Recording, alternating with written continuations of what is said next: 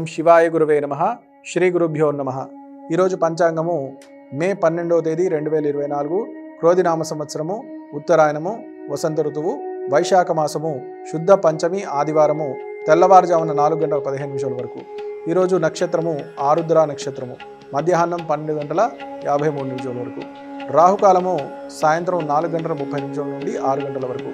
గుళికా కాలము మధ్యాహ్నం 3 గంటల నుండి 4:30 వరకు. యమగంట కాలము మధ్యాహ్నం 12 గంటల నుండి 1:30 వరకు.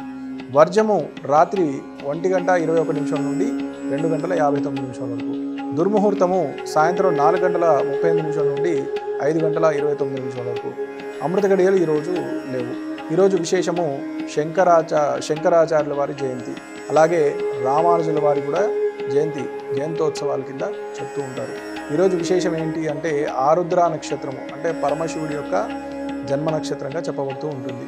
కాబట్టి ఈరోజు విశేషంగా మీ దగ్గరలో ఉన్నటువంటి శివాలయం ఉన్నట్లయితే మహాన్యాసపూర్వక రుద్రాభిషేకము గావించి, విశేషంగా మీ యొక్క రుణబాధలు ఉన్నట్లయితే చెరుకు రసంతో అభిషేకం చేసినట్లయితే సత్ఫలితాలు పొందేటువంటి సూచన కనబడుతుంది.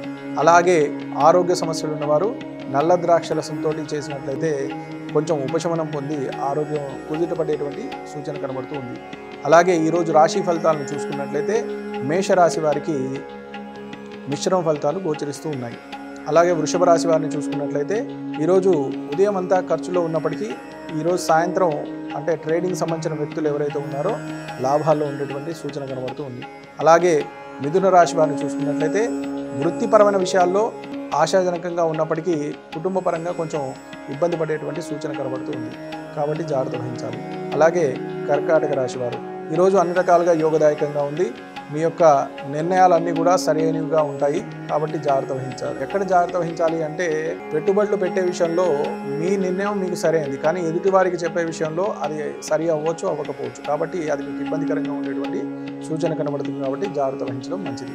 అలాగే సింహరాశి వారు ఈరోజు మీరు ఏవైతే నిర్ణయాలు తీసుకుంటున్నారో, లేదా కొనుగోలు అమ్మకాలకు సంబంధించి కానీ, నూతన వ్యాపార సంబంధించి కానీ, ఈ విషయాలు ఏవైతే ఉన్నాయో మీ బంధువు అంటే మీ సన్నిహితులు అంటే మీ ప్రాణ స్నేహితులు ఎవరున్నా వారితో కానీ, లేదా మీ కుటుంబ సభ్యులు అంటే మీ ఆడవాళ్ళతో కానీ చర్చించి ముందుకు వెళ్ళినట్లయితే సత్ఫలితాలు పొందేటువంటి సూచన కనబడుతూ ఉంది.